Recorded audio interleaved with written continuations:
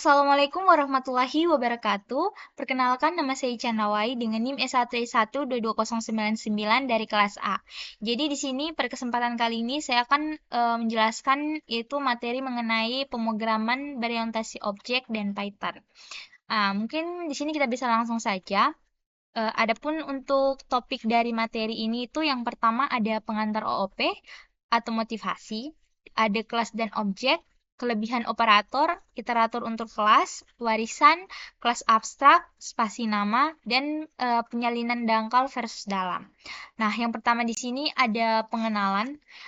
Di sini tuh apa sih yang dimaksud dengan pemrograman berorientasi objek atau OOP? Jadi, yang dimaksud itu pendekatan untuk memodelkan benda-benda di dunia nyata, misalkan mobil, rumah, dan hubungan antar benda-benda, misalkan siswa dan guru, perusahaan dan karyawan. Dengan kata lain, OOP memodelkan entitas dunia sebagai objek perangkat lunak dan mengatur hubungan entitas mereka. Kemudian, mengapa OOP diperlukan? Jadi, OOP itu bertujuan untuk memberikan kualitas pada program perangkat lunak, ketahanan terhadap kegagalan, kemampuan beradaptasi, atau kode berukuran besar dapat dengan mudah diadaptasi untuk mengkombinasi perubahan baru. Kemudian juga dapat digunakan kembali, di mana basis kode yang sama dapat digunakan kembali dalam beberapa aplikasi dengan sedikit usaha. Kemudian bagaimana OP mencapai tujuan ini? Jadi untuk mencapai tujuan ini yang pertama itu ada ekskapsulasi, di mana dengan mengikat data dan metode bersama-sama dapat membatasi akses dari luar. Kemudian ada modularitas, di mana komponen perangkat lunak yang berbeda dibagi menjadi unit fungsional yang berbeda.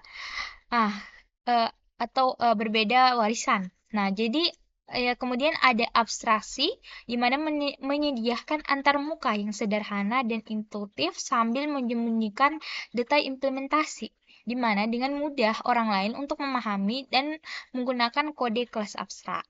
Nah, kemudian di sini ada juga pengembangan perangkat lunak. Jadi pengembangan perangkat lunak itu yang pertama ada perencanaan, ada implementasi, kemudian yang ketiga itu ada pengujian dan debug. Nah, di sini ada sebuah kode, di mana kode ini yang dilindungi dalam konstruksi kondisional dari bentuk di atas akan dieksekusi ketika Python dipanggil langsung pada modul ini. Namun, tidak ketika modul diimpor untuk digunakan dalam proyek perangkat lunak yang lebih besar. Jadi pada kode ini yaitu yang if name sama dengan main ini itu biasa digunakan dalam script Python yang menentukan apakah script dijalankan secara langsung atau diimpor sebagai modul di script lain. Nah, kemudian juga di sini ada variabel khusus yaitu name, di mana ketika variabel dijalankan, Python menerapkan variabel bawaan khusus yang disebut name ini. Nah, kemudian jika script dijalankan secara langsung, maka name ini disetel ke main. Nah, kemudian jika di script import sebagai modul di script lain, name ini disetel ke nama script modul atau tidak termasuk entitas objek. Nah, kemudian tujuan dari if name sama dengan main ini itu biasa apa ya, untuk memeriksa apakah script dijalankan secara langsung. Kemudian kode di dalam blok ini hanya akan dieksekusi jika script dijalankan secara langsung, bukan diimpor sebagai modul. Nah, di sini ada definisi kelas, di mana definisi kelas itu ada kelas berfungsi sebagai sarana utama untuk abstrak dalam program berorientasi objek. Kemudian, sebuah kelas terdiri dari dua komponen berikut. Yang pertama itu metode atau fungsi anggota. Kemudian yang kedua itu atribut, di mana ada anggota data, bidang, atau variabel instan. Nah, yang terakhir itu sebuah kelas harus menyediakan eksploitasi atau anggota dapat bersifat non-publik. Kemudian ada pemeriksaan kesalahan. Dan yang terakhir itu kode untuk menguji metode kelas. Nah, kita masuk pada materi selanjutnya, yaitu di sini ada materi mengenai kelas dan objek, di mana kelas ini adalah cetak biru untuk membuat objek. Kemudian meningkatkan data dan metode menjadi satu. Nah, fungsi init ini juga adalah konstruktor yang dipanggil ketika sebuah objek dibuat, di mana Python tidak mendukung kontrol akses formal. Nah, kebijakan ini menerapkan perlindungan data yang hanya berdasarkan konvensi, di mana nama anggota yang dilindungi diawali dengan garis bawah tunggal, seperti contoh pada ini. Nah, kemudian nama anggota pada data di awal dengan garis bawah ganda, maka ditulis pada seperti ini. Nah, di samping sini sudah ada contoh dari sebuah kelas, yaitu kelas person. Mungkin di sini kita bisa langsung coba.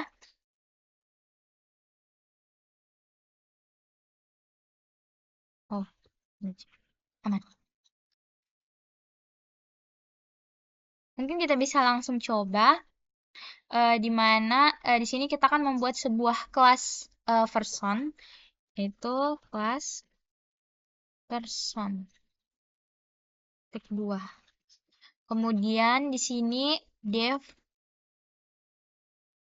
aduh, init. Hmm. Kemudian dengan parameter self yaitu ada name, ada age, kemudian ada gender. Kemudian titik 2.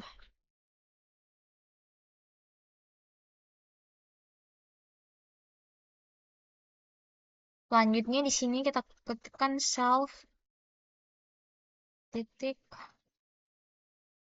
name sama dengan name, kemudian self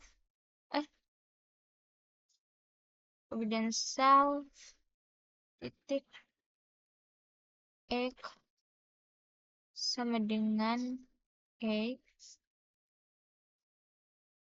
kemudian self titik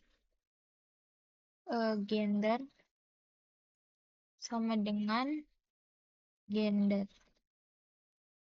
Kemudian kita buatkan lagi untuk kelas untuk selanjutnya tuh ada div get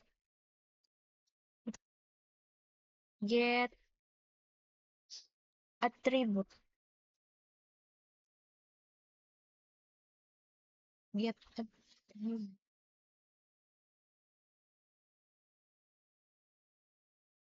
Ini kita bisa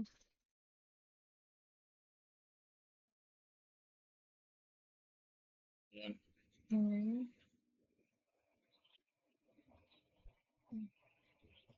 Oh, nah. Kemudian di sini kita lagi untuk self saja. Kemudian kita print di sini hello my name is, kemudian self, kemudian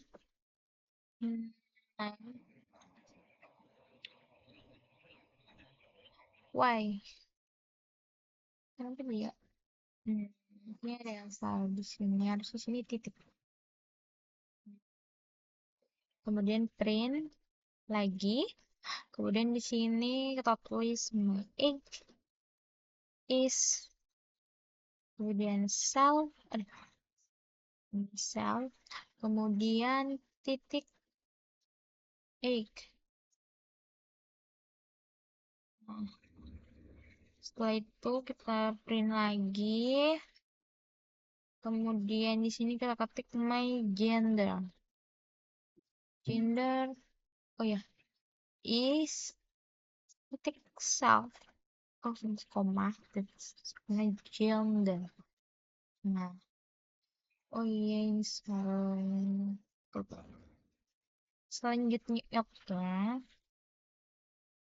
selanjutnya kita ketikkan def untuk set attribute.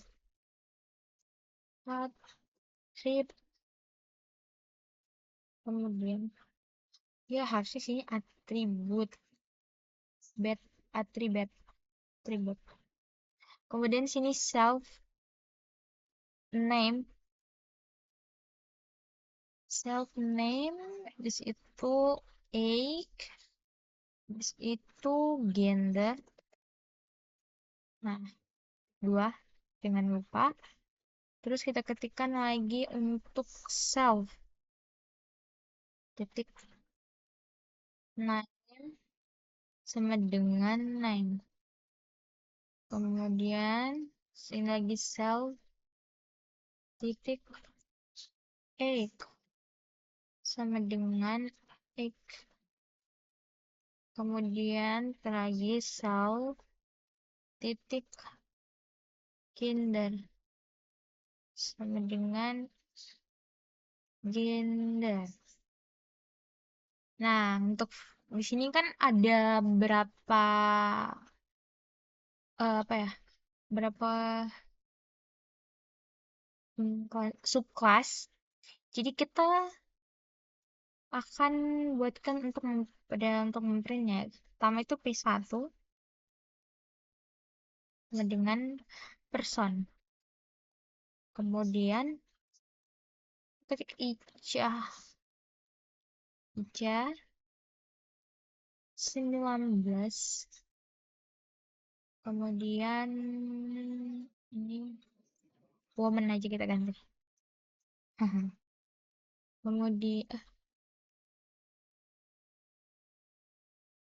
Kemudian di sini person 1 sama dengan titik get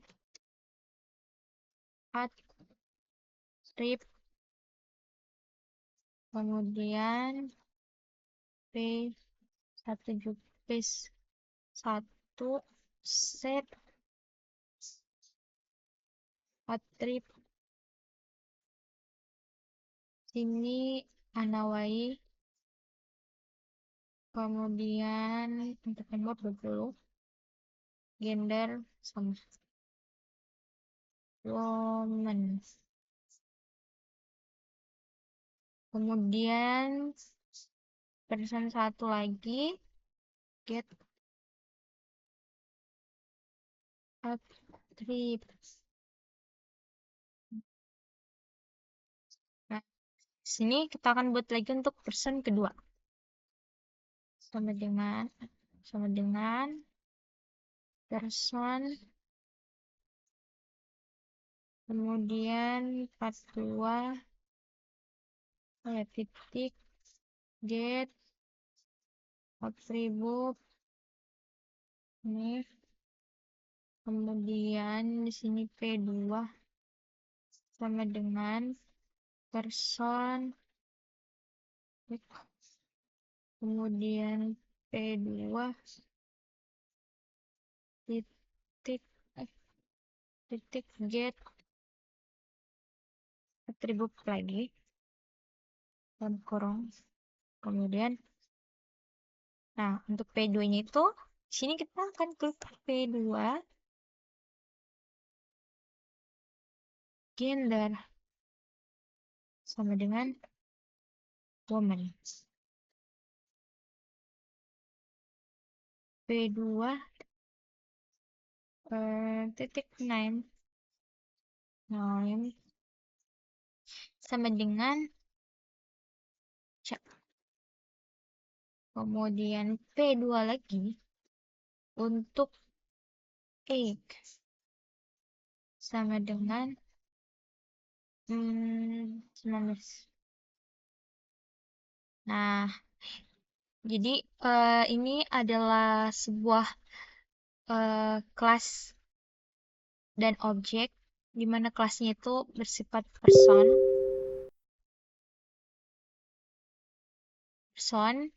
Nah, kemudian jadi di sini ini adalah sebuah contoh dari kelas person di mana di sini ada dev, init, kemudian dengan parameter self,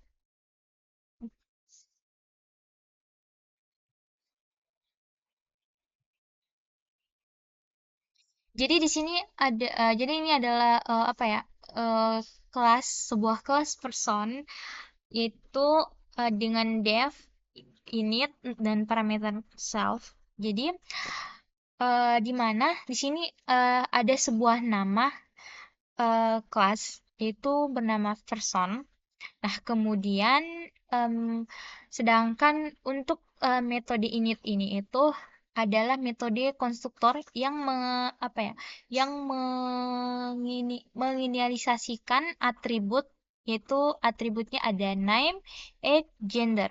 Nah, ketika sebuah kelas inspect dibuat, maka akan ada apa ya? Maka eh, apa ya, akan tercipta sebuah kelas dengan ini. Nah, kemudian juga di sini ada di sini ada P1 sama dengan person, di mana ini adalah sebuah instak di mana P1 ini dari kelas apa ya, dari kelas person, kemudian dibuat dengan nilai awal dengan metode get attribute. Nih, dengan get attribute, kemudian dipanggil untuk mencetak atribut awal, yaitu ini. Ini. Nah, kemudian apa ya? Kemudian juga metode get attribute ini dipanggil apa ya? Untuk memperbarui masalah dalam kode parameter yang hilang. Nah, kemudian juga di sini ada apa ya? Person 2 di mana ini adalah eh, barisan-barisan yang juga akan memunculkan error ketika P2 ini tidak berhasil dibuat karena kesalahan parameter yang hilang. Namun jika P2 ini dipakai dengan benar-benar, baris-baris ini akan langsung mengatur atribut instan tanpa menggunakan metode penyetalan. Nah, jadi ringkasan dari kelas ini yaitu yang pertama eh, kelas person ini didefinisikan seperti pensialisasian untuk mengatur atribut awal, yaitu atributnya ada name, age, dan gender. Kemudian juga, sedangkan untuk metode get atribut ini, yang ini, itu digunakan untuk mengakses dan memodifikasi atribut seperti sama juga seperti untuk set atribut. Nah, kemudian instansasi kelas yang tepat ini menghapus semua parameter yang disediakan. Jadi, pengaturan atribut ini secara langsung dimungkinkan tetapi harus mengikuti contoh objek yang benar. Oke, selanjutnya. Nah, jadi dari hasil codingan ini, apabila kita cetak itu akan tercetak yaitu dengan akan tercetak menjadi seperti ini. Di mana di sini ada hello, my name is John, seperti yang ada di atas ini. Ini. Kemudian my age is 36 tahun, my gender is male. Nah, selanjutnya di sini ada materi kelebihan operator, di mana kelebihan operator itu mendefinisikan ulang perilaku operator dan fungsi standar, di mana untuk objek yang ditentukan pengguna atau operator standar itu yang seperti ini, di mana menyediakan fungsional berbeda untuk operator berbeda.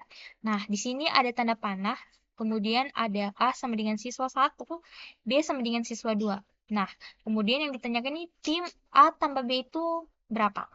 Nah, jadi di sini ada contoh dari operator overloading. Nah, mungkin kita bisa langsung ikuti seperti yang dicontohkan pada apa ya? Pada modul ini. Oke, ini mungkin bisa kita hapus saja.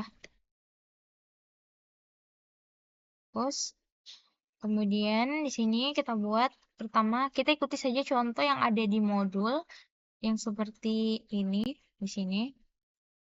Jadi yang pertama itu print dalam kurung 2 tambah 3. Nah, kemudian print 2 di koma 3. Ya, gini. Kemudian itu A sama dengan 2 di koma 3. Kemudian koma. Oh ya salah, harusnya dalam kurung ya. Sini. Kemudian 4 di koma 5. Selanjutnya tutup. Ya harusnya bukan pakai kurung ini ya. Harusnya kurung. Nah. Kemudian B sama dengan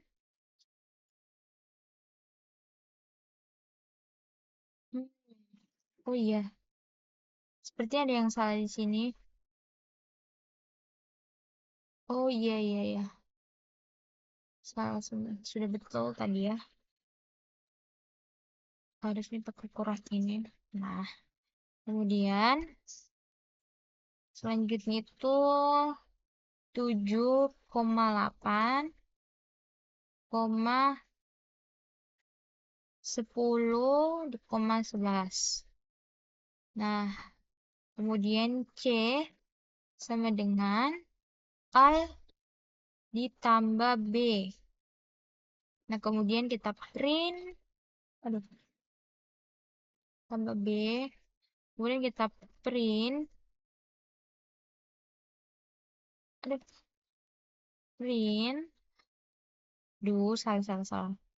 Sini baru spasi. Ya, gini. Print dalam kurung C. Karena C yang akan kita print. Kemudian, ya, seperti ini. Coba kita coba. Jadi, di sini ini adalah sebuah apa ya? Sebuah contoh dari kelas person, di mana di sini ada dev, init, kemudian dengan parameter self.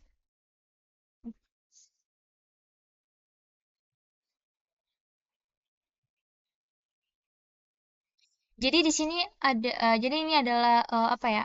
eh, sebuah kelas person, yaitu dengan dev, init, dan parameter self. Jadi di mana di sini ada sebuah nama kelas yaitu bernama person.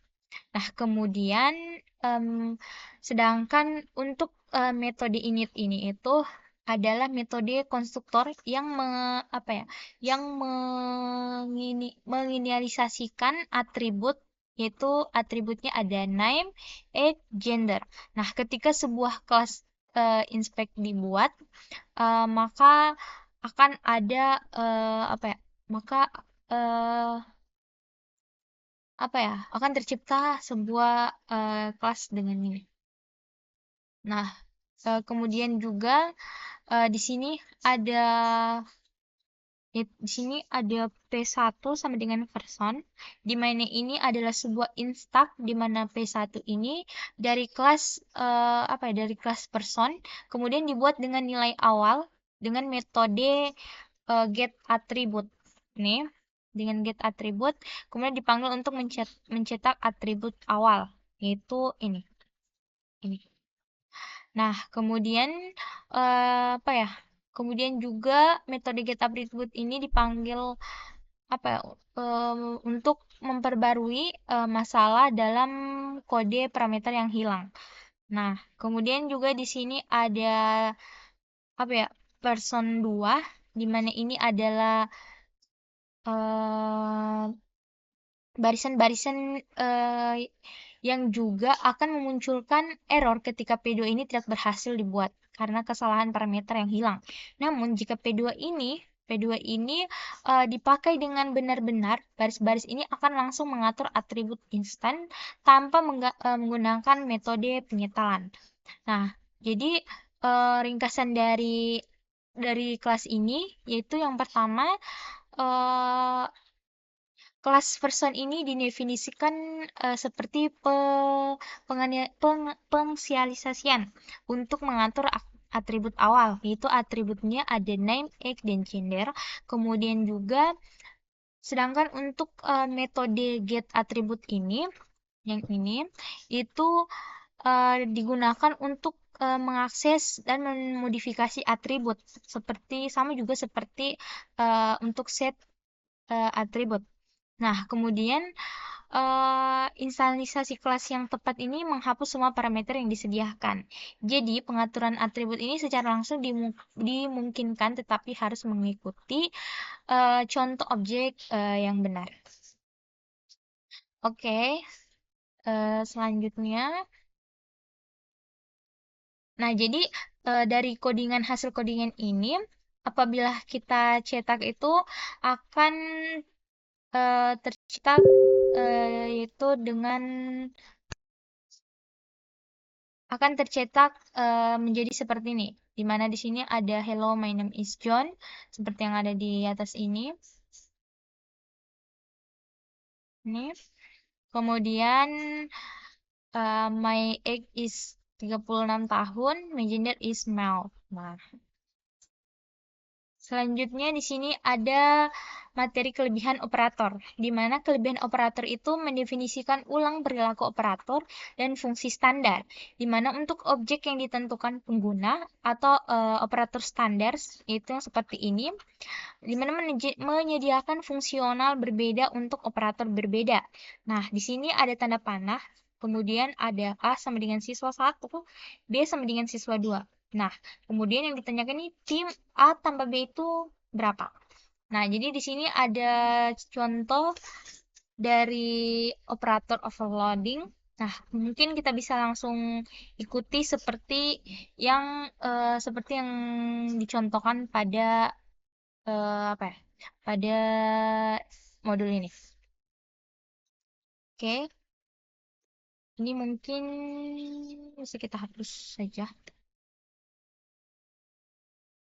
Terus, kemudian di sini kita buat pertama kita ikuti saja contoh yang ada di modul yang seperti ini di sini.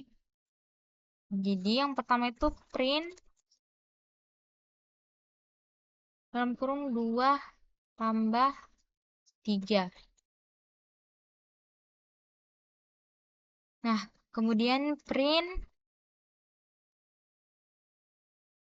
2 di koma 3. Ya, gini. Kemudian itu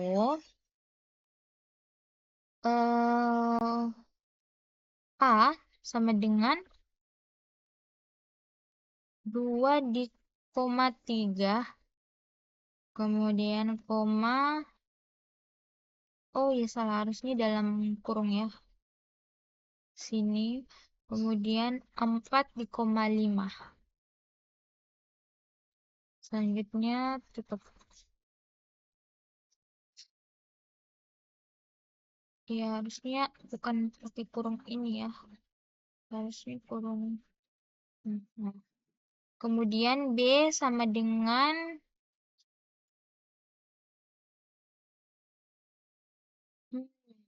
oh iya. Seperti ada yang salah di sini. Oh iya iya iya. Salah sudah betul tadi ya. Harusnya pakai kurang ini. Nah, kemudian selanjutnya itu 7,8 10 di koma 11. Nah, kemudian C sama dengan A ditambah B. Nah, kemudian kita print, aduh, tambah B. Kemudian kita print, aduh, print, salah. Sini baru spasi. Ya, gini. Print dalam kurung C. Karena C yang akan kita print. Kemudian, ya, seperti ini. Coba kita coba. Jadi, Jika sudah begini, tinggal kita run saja.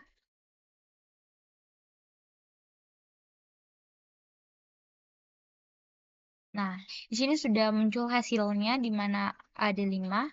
Kemudian ada di sini apa ya? Dari codingan di sini kita bisa lihat bahwa di sini ada print, di mana print itu adalah operator penjumlahan sederhana yang akan menghasilkan di sini apa yang akan menghasilkan output 5. Nah, jadi ini sudah muncul ini 5 karena di sini kan yang akan kita print itu 2 tambah 3, maka 2 tambah 3 itu hasilnya kan 5. Nah, kemudian untuk print kedua itu ada 2,3 di mana di sini akan apa ya mencetak lines yaitu 2,3. Kemudian lines ini adalah struktur data yang berisi elemen-elemen yang dipisahkan uh, oleh koma dan dikelilingi oleh tanda kurung siku kayak seperti ini. Nah, kemudian di sini ada variabel A sama dengan 2,5 dan 4,5. Di mana di sini itu kemudian di sini juga ada B yaitu sama dengan 7,8 dan 10,11 dan kemudian variabel C sama dengan A tambah B. Nah, jadi untuk C ini adalah operasi penggabungan lines di mana di sini kita akan mencetak A tambah B. Nah, ini yang ini sama yang ini ya. Nah, maka kita tuliskan di sini print. Jadi ketika kita menggunakan operator tambah ini pada lines itu akan menggabungkan antara lines A dan B. Jadi C akan menjadi apa ya? Akan menjadi atau akan mencetak dari jumlah A tambah B ini. Jadi hasilnya seperti ini. Oke, selanjutnya. Nah, selanjutnya di sini ada kelebihan operator beban melalui metode bernama khusus. Nah, di sini yang pertama sini ada perilaku operator standar dan fungsi bawaan dalam Python dapat didefinisikan ulang untuk kelas baru menggunakan metode bernama khusus. Contohnya seperti operator tambah, di mana kelebihan dengan mengimplementasikan metode bernama add. Nah, kemudian kelebihan beban non-operator, yaitu string false, kelebihan beban untuk suatu objek dengan pengimplementasian metode string. Nah, kemudian kelas foo yang ditentukan pengguna dapat diperlakukan sebagai variabel bold dengan mengimplementasikan metode foo bold. Nah, kemudian jika metode khusus tertentu tidak diimplementasikan dalam kelas yang ditentukan pengguna, sintaks standar yang bergantung pada metode tersebut akan memunculkan pengecualian. Nah, di sini ada pemisalan di mana A tambah B akan memunculkan kesalahan jika E tidak ditemukan. Nah, eh, di sini adalah contoh dari sintaks. Kemudian ada special metode from-nya, seperti A tambah B itu sama dengan A add B. Nah, kemudian di sini A kurang B sama dengan A sub B. Jadi operator eh, tambah ini apabila kita mengimplementasikan maka akan menjadi metode yang bernama add seperti yang di sini yang telah dituliskan dalam modul. Kemudian kurang itu akan apa ya akan diimplementasikan dengan metode sub, sedangkan kali itu move, kemudian kurawal itu true div. Nah, kemudian seterusnya. Nah, kemudian di sini juga ada contoh operator kelebihan kelas untuk kelas vektor. Nah, di mana metode tersirat itu ada beberapa operator yang memiliki default definisi yang disediakan oleh Python tanpa adanya metode khusus dan ada beberapa metode yang didefinisikan berasal dari yang lain. Misalkan metode bold yang didukung sintaksis if flow memiliki semantik default sehingga setiap objek selain non dievaluasi sebagai true. Namun jika metode len didefinisikan, maka bold atau foo ditafsirkan secara default sebagai true untuk in-text dengan panjang bukan nol. Nah, di sini ada contoh dari kelas vektor seperti yang tampilkan di sini. Mungkin di sini kita bisa langsung mencobanya untuk membuat suatu kelas vektor. Nah, ini kita hapus saja. Kemudian, jadi di sini kita kan mencoba untuk membuat kelas vektor. Titik 2. Kemudian di sini kita pakai fungsi def init dengan parameter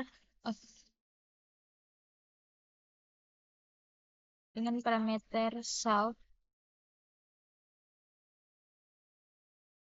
x y z, kemudian titik 2, kemudian di sini self titik x x sama dengan x, kemudian self titik y sama dengan y, kemudian self titik z,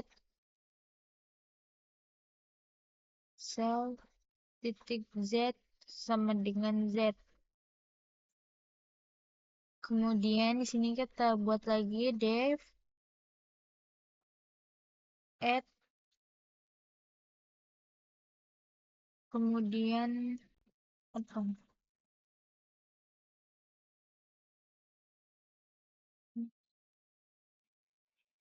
add,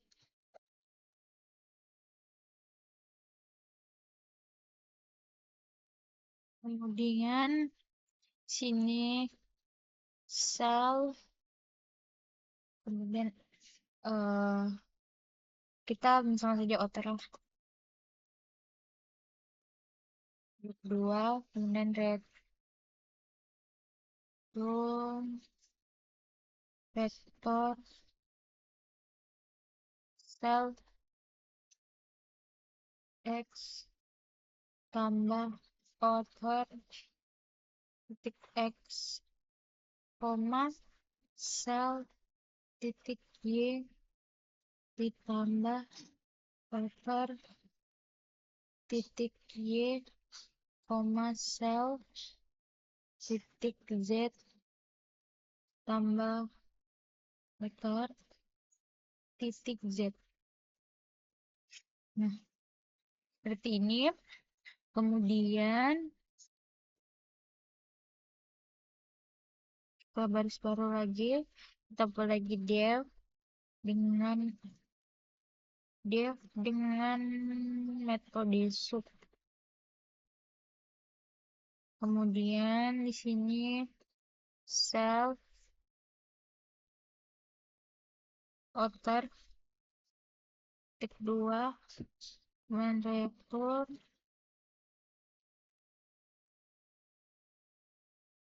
kemudian vektor self titik z outer, kemudian titik z, koma self titik y outer titik y, koma self titik z outer titik z. Oke, jika sudah seperti ini, kita buat lagi untuk metode dengan menggunakan metode move. Self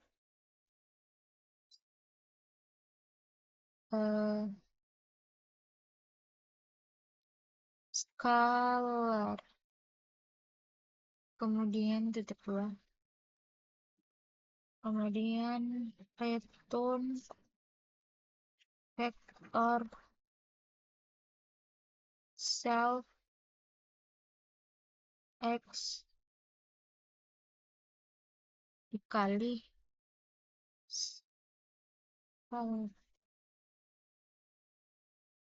kemudian di sini kita buat lagi def untuk string.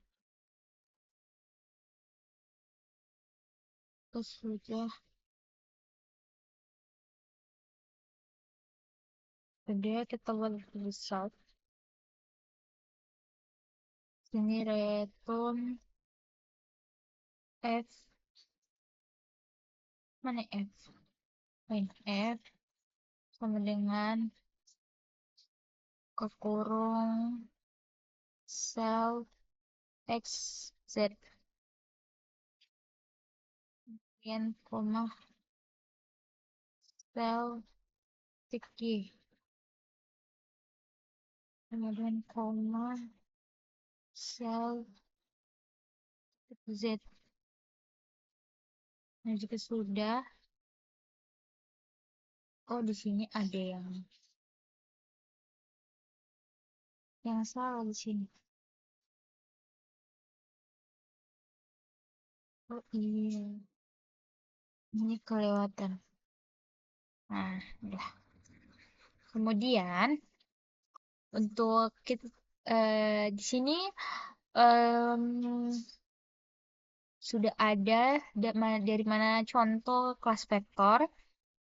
Jadi di mana di sini itu menggunakan perpaduan dari metode add, sub, mul, dan string. Nah, di mana dalam metode add sub mul ini itu untuk diimplementasikan untuk mendukung operasi penjumlahan, pengurangan, perkalian dan perkalian skalar. Di mana metode string ini itu untuk digunakan untuk mencetak representasi string dari objek vektor. Mungkin contoh dari vektor bisa kita lewati. Nah, jadi selanjutnya di sini juga ada contoh dari bilangan, maksudnya dari contoh-contoh lain dari vektor. Di sini ada A sama dengan vektor 5, B sama dengan vektor 5, C vektor 5, dan D vektor 0. Kemudian di print, di mana di print ini dengan menggunakan metode len, di mana dalam pencetakan ini dituliskan bahwa A dimension A, B dimension B. Jadi menggunakan fungsi len, jadi hasilnya itu akan seperti ini. Di mana A itu adalah vektor 5, ini sama. Kemudian B itu juga vektor 5, sama. Kemudian C ini yang akan menggabungkan lins, yang akan membuat lins penggabungan dari antara A dan B sehingga akan menghasilkan lins seperti ini. Oke. Selanjutnya di sini ada iterator untuk kelas, di mana sebuah iterator untuk suatu koleksi menyediakan satu kunci before, behavior, atau mendukung metode khusus bernama next yang mengembalikan elemen koleksi berikut. Jika ada atau memunculkan step iteration penguculan untuk menunjukkan bahwa tidak ada elemen lebih lanjut. Kemudian ada dua cara untuk mengimplementasikan iterator, yaitu menggunakan sintaks generator next dan iter. Dan kemudian juga dengan mendefinisikan len dan get item, metode untuk kelas yang ditentukan pengguna. Nah, di sini ada contoh membuat iterator kelas menggunakan sintaks generator. Nah, seperti contoh yang ada di sini. Di sini ada kelas sequence iterator, di mana di sini itu membuat subkelas itu dengan fungsi init, ada def init, kemudian parameter self dengan atribut sequence. Nah, di sini juga ada def, kemudian dengan metode generator next, kemudian parameter self. Kemudian di sini setelah itu ada apa ya? Ada fungsi dari if self dan else. Nah, else ini yaitu yang akan menentukan apakah apa ya? Apakah dia eh, masih mempunyai em, apa ya? Seperti misalkan apakah dia menunjukkan bahwa elemen sudah masih ada atau tidak ada. Ini seperti pengecualian dari suatu apa ya? Dari suatu em, apa ya? Dari suatu ini. pengembalian begitu. Oke. Kemudian di sini ada membuat iterator kelas menggunakan fungsi len dan get item, di mana implementasi ulang fungsi range atau Python dengan memungkinkan untuk mengeksekusi perulangan for pada rentang tertentu. Nah, di sini ada lagi kelas range, yaitu dengan menggunakan perulangan. Nah, di sini tuh ada def init dengan parameter self, kemudian atributnya ada start, stop, step. Nah, pada start stop ini akan memunculkan perulangan dengan menggunakan if, yaitu di mana if step, if stop, dan uh, apa ya? Dan self length dengan maksimal 0, kemudian step stop kurang 1.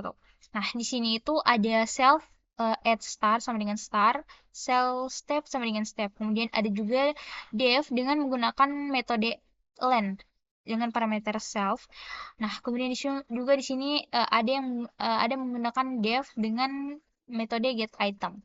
Nah, di sini ada sebuah contoh dari apa ya? Contoh dari ini membuat iterator kelas. Itu di sini ada R sama dengan range. Mungkin bisa kita lihat dari sini pada modul ini bahwa ada R sama dengan range itu sama dengan 8,140,5, di mana bakal akan di print dengan list for R dengan menggunakan metode len. Kemudian juga akan di print dengan 16 element of R dengan menggunakan R. Nah, di sini ada for I and R, maka akan di print dengan menghasilkan angka yang ada di bawah ini.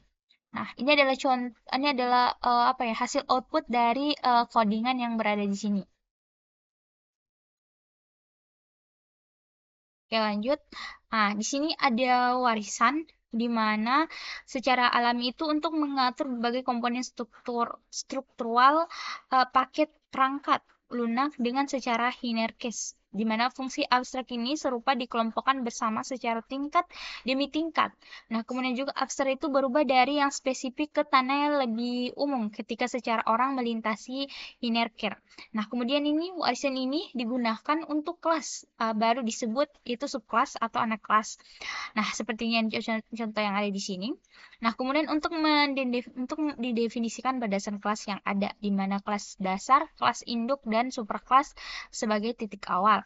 Nah, kemudian juga subkelas ini dapat mengkhususkan perilaku yang sudah ada dengan menyediakan implementasi baru yang menggantikan metode yang sudah ada. Nah, kemudian sebuah kelas juga dapat memperluas superkelasnya sebesar menyediakan metode baru. Nah, yang ada contoh yang ada di sini ini adalah sebuah kelas dengan pewarisan dari di mana ada kelas induk, anak, dan subkelasnya.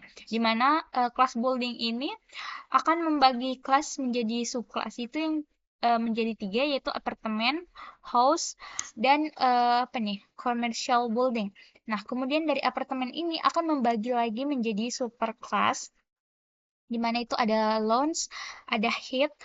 Nah, kemudian juga ada di house itu akan membagi itu dan range. Kemudian di commercial building juga ini ada skyscraper. Nah, dari apa ya, sebuah kelas ini tuh, maka ini adalah contoh yang dimaksud dengan pewarisan sifat, di mana misalnya apa ya, dengan alami fungsi apa ya, dengan salam itu dengan secara alami dari kelas building ini telah apa ya, mengatur berbagai komponen apa ya, struktural paket perangkat secara hierarkis. Nah, seperti yang kita lihat di sini bahwa ada induk atau kelas dasar, kemudian dari kelas induk ini ada anak. Nah, anaknya ini kemudian ada induk juga. Nah, jadi tanda panah ini yang akan mengarahkan di mana ini adalah lebih umum dan ini adalah lebih spesifiknya. Lebih spesifiknya dari sini, sedangkan building ini adalah umumnya. Oke, nah di sini ada contoh hierarki pengecualian Python. Nah, ini sama yang seperti yang di sini juga tadi yang telah dijelaskan, bahwa di sini itu ada sebuah warisan di mana base X expansion ini akan membagi beberapa kelas lagi atau membagi warisan lagi itu dengan sistem age. Nah, seperti yang diterapkan di sini ada index error, key error di mana akan ini adalah dari kelas dari apa ya? Loop error, kemudian ada expansion dan di mana ini berasal dari basic expansion. Jadi ini akan menurunkan sifat dari yang dari umum menjadi ke anak dan induknya gitu. Dari umum menjadi lebih spesifik. Nah, di sini juga ada contoh contoh kelas kartu kredit. Nah, di sini tuh ada kelas credit card dengan dev init yaitu self ya dengan atribut customer, bank, dan limit. Nah, sama seperti tadi, di mana get ini berfungsi sebagai menggunakan dengan metodenya. Nah, di sini tuh memiliki fungsi, yaitu yang pertama buat akun untuk pelanggan, memungkinkan untuk mengambil data terkait pelanggan, biaya dapat dibebankan ke kartu, pengguna dapat melakukan pembayaran untuk menjaga saldo kartu, pengeluaran tidak boleh melebihi batas kartu. Nah, di sini ada contoh dari kelas kartu kredit. Nah, outputnya itu akan seperti ini di mana customer-nya itu bernama John Bowman itu dengan Bank California Savings, kemudian limitnya ini 2.500.000. Nah, kemudian di sini juga ada contoh kelas warisan atau predator credit card. Jadi di sini pertama itu ada kelas dengan atribut customer, bank, account, balance, limit. Nah, kemudian di sini ada dengan metodenya itu ada get customer, bank, get account, make payment, amount, get balance, get limit, dan charge. Nah, kemudian juga di sini di bawah ada kelas ini adalah sebuah kelas credit card. Di sini juga ada kelas predator credit card di mana dengan atribut APR, kemudian dengan metode process mode dan charge. Nah, di sini ada kelas anak di mana mewarisi konstruktor kelas induk untuk membuat pelanggan baru. Kemudian memodifikasi perilaku pengisian kartu dengan memungut memungut $5 jika tagihan dari ditolak. Kemudian memodifikasi fungsi pembayaran kartu dengan membebankan bunga saldo yang telah jatuh tempo. Nah, di sini juga dengan contoh lain di sini ada warisan lainnya dengan kemajuan di mana di sini ada kelas dasar di mana menghasilkan urutan umum yang menggunakan sintak generator atau next inter untuk menjadikan kemampuan iterasi di mana buat 3 kelas anak untuk memperluas kemampuan kelas dasar. Nah, di sini ada kemajuan. Nah, dari kemajuan ini akan menurunkan sifat dengan hermeneutika atau kemajuan dengan geometris, kemudian hipobonisi ya. Nah, ini juga ada contoh-contoh dari pengembangan aritmetika dengan pengembangan geometris dan pengembangan hipobonika, di mana setiap kelas anak memodifikasi kelas dasar konstruktor init dan memodifikasi metode advance. Nah, jadi setiap kelas ini akan akan memodifikasi dasar dengan menggunakan konstruktor init, di mana dari 3 contoh ini masing-masing menggunakan init dengan parameter self dan atribut menyesuaikan dari dari setiap kelas yang akan dibuat. Nah, kemudian di sini ada abstrak class. Jadi, abstrak class itu dapat dianggap sebagai cetak biru atau template untuk kelas lain. Nah, kemudian di sini kelas abstrak ini adalah kelas yang berisi satu atau lebih metode abstrak. Dan kemudian metode abstrak atau metode yang memiliki deklarasi tetapi tidak ada implementasi. Kemudian kelas abstrak itu tidak dapat dipakai. Dibutuhkan subkelas atau kelas anak untuk menyediakan implementasi. Kemudian kelas abstrak ini diperlukan untuk menyediakan abstraksi atau antarmuka yang disederhanakan atau APA. Sambil menyembunyikan implementasi yang mendasari. Nah, kemudian Python ini menyediakan kelas abstrak yang mendeklarasi kelas dasar abstrak A, B, C yang dapat diwarisi oleh oleh kelas turunan lainnya. Nah, seperti yang ada di sini ada contoh gimana mewarisi konstruktor kelas dasar untuk inisialisasi. Kemudian mendefinisikan ulang metode abstrak dari kelas dasar. Nah, ada sini contoh pertama, di mana di sini itu ada ini eh, ABC ABS straight method, yaitu mewajibkan untuk mendefinisikan ulang metode di kelas anaknya seperti ini. Di mana di sini kita menaruh di sini ada kelas animal. Nah, kemudian dari abstract method ini itu yang akan mewajibkan untuk mendefinisikan ulang metode di kelas anak. Jadi dia akan mendefinisikan kelas-kelas yang sebelumnya itu telah kita wajibkan untuk berada di kelas pada kelas anak gitu. Nah, kemudian di sini juga ada sebuah kelas abstrak kelas experience yaitu ABC dengan menggunakan metode init dengan parameter self dan atribut value. Nah, kemudian di sini juga dia menggunakan abstrak method di mana ini akan mewajibkan untuk mendefinisikan ulang metode di kelas anak. Nah, ini seperti yang kita lihat di sini di mana dia memakai def do smoothing self dan di sini juga memakai seperti yang ada di sini. Oke. Nah, kemudian di sini ruang nama dan orientasi objek, di mana ruang nama kelas mencakup sebuah deklarasi yang dibuat langsung di dalam isi definisi kelas. Nah, di sini ada function init, function get customer, kemudian function get bank, dan function get account, kemudian dan function make payment. Nah, di sini itu yang pertama di sini ada ruang nama kelas dari kartu kredit. Nah, ini adalah kelas dari kartu kredit. Jadi yang tadi yang ada yang sebelumnya tadi dijelaskan, kemudian di sini ada ruang nama kelas dari kartu kredit predator. Nah, kemudian yang terakhir itu ruang nama contoh untuk objek predator credit card. Nah, di sini ada customer-nya itu Jovan Brown, Bank California Savings, kemudian account-nya itu seperti yang di sini. Kemudian untuk limitnya itu 2.500.000. Oke. Oke. Nah, di sini kita masuk pada materi penyalinan dangkal versus dalam. Jadi metode berbeda untuk menyalin data. Yang pertama itu ada analis, salin dangkal, salin dalam.